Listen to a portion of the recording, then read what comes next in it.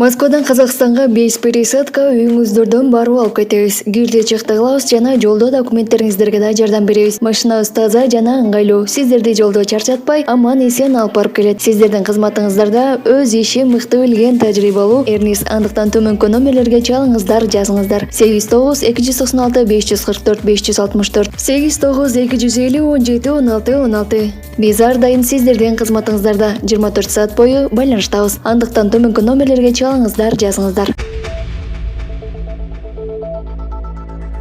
Жаңы жыл түнү Санкт-Петербургда 3000 мигрант кармалды.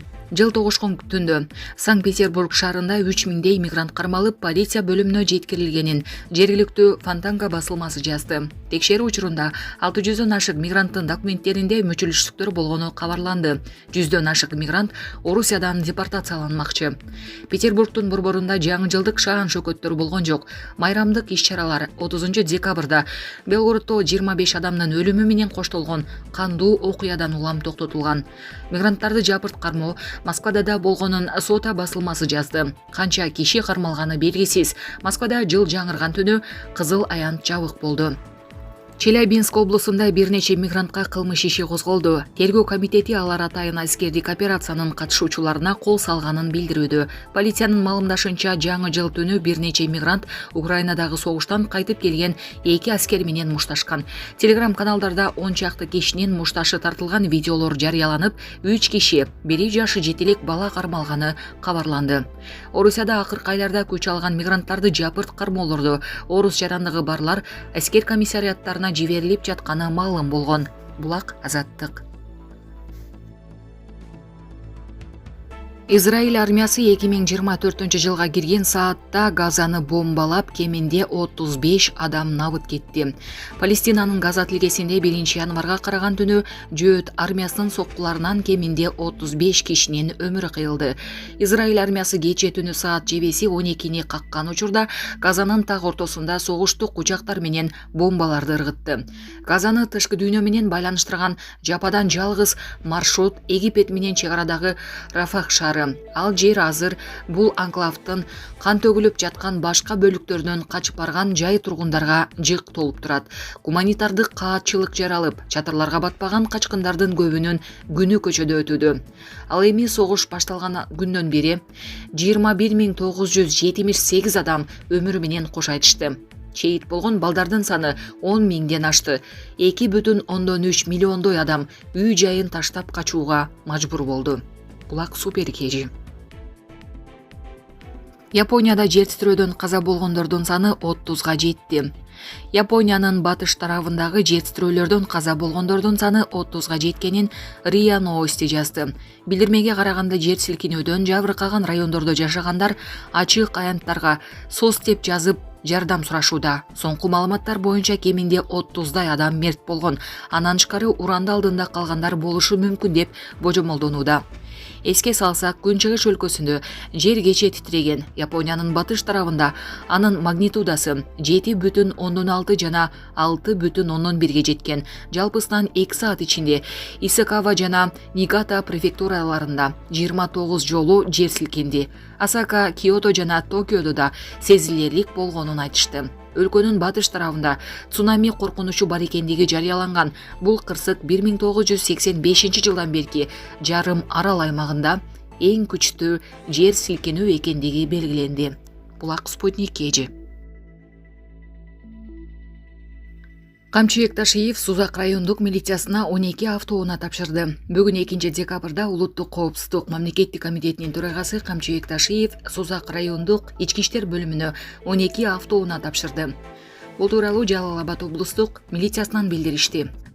Анын ичинен Chevrolet Cobalt 9, Mercedes-Benz Sprinter 2, Lada Niva 1 унаасы берилди. Камчыбек Ташиев унаалар президент Садыр Жапаровдун тапшырмасына ылайык берилип жаткандыгын айтты. Ошондой эле өздүк курамды жаңы жыл менен куттуктап, бул жылы Сузак милициясына жаңы имарат салынаарын кошумчалады. Белгилей кетсек, жаңы жеңил автоунаалар аймактык милиция бөлүмчөлөрүнө, райондук жол кыймылдын коопсуздугун көзөмөлдөө башкармалыгына, Mercedes-Benz Sprinter Сузак райондук ички иштер башкармалыгынын убактылуу кармоочу жайына берилди. Булак супер кежи.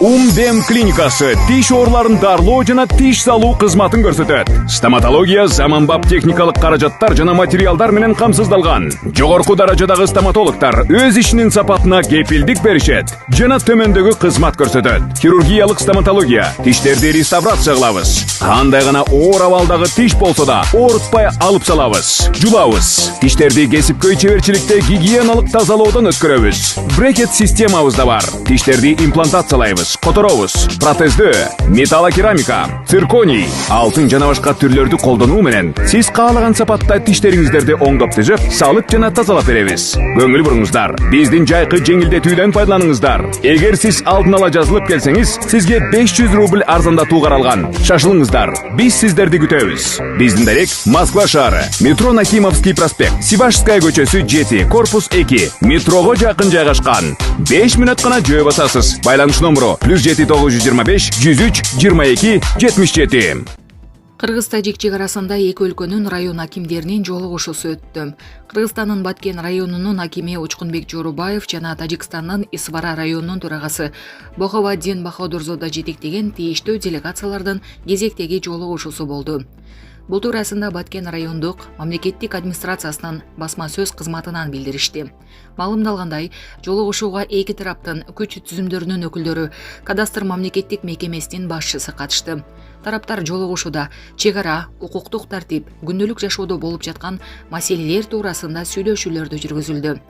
Андан сырткары эки элди түрдө чагымчыл чакырыктарга алдырбоо маселелери каралып, түшүндүрүү иштерин жүргүзүү менен чек аралаш аймактарда туруктуулукту сактоо жактары жана жаңы жылдык иш-чараларга байланыштуу бир топ чараларды көрүү жагы макулдашылды.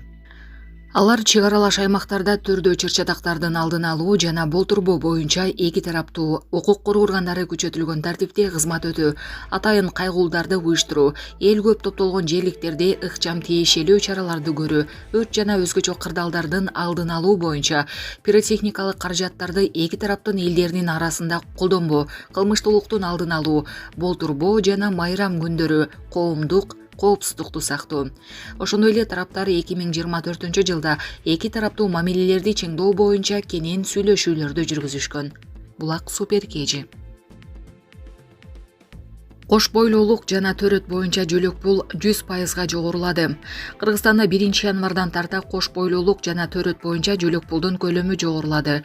Бул тууралуу Эмгек социалдык камсыздоо жана миграция министрлиги билдирди. Мыйзамга ылайык эми иштеп жаткан кош бойлуу аялдарга 10 иш күнү үчүн эмгек акынын 100%, ал эми 11 күндөн тартып айына 2000 сомдон берилмекчи.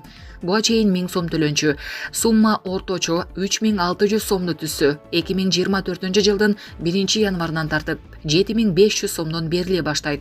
Ал эми 11 иш күндөн тарта жөлөк пулдун суммасы айына 10 эсептик көрсөткүч 1000 сом эсебинде республикалык бюджеттен төлөнүп келген. Эми 1 январдан тарта мамлекет тарабынан төлөнчү жөлөк пул 100%га көбөйтүлүп 2000 сомго чейин жетмекчи. Бийик тоолуу шарттарда жана жетүүгө кыйын алыскы аймактарда иштеген аялдарга кош бойлуулук жана төрөт боюнча жөлөк пул толук эмгек акынын өлчөмүндө, башкача айтканда бардык иш күндөр үчүн эмгек акынын 100% бериле турганы кошумчаланды. Булак Спутник Кежи.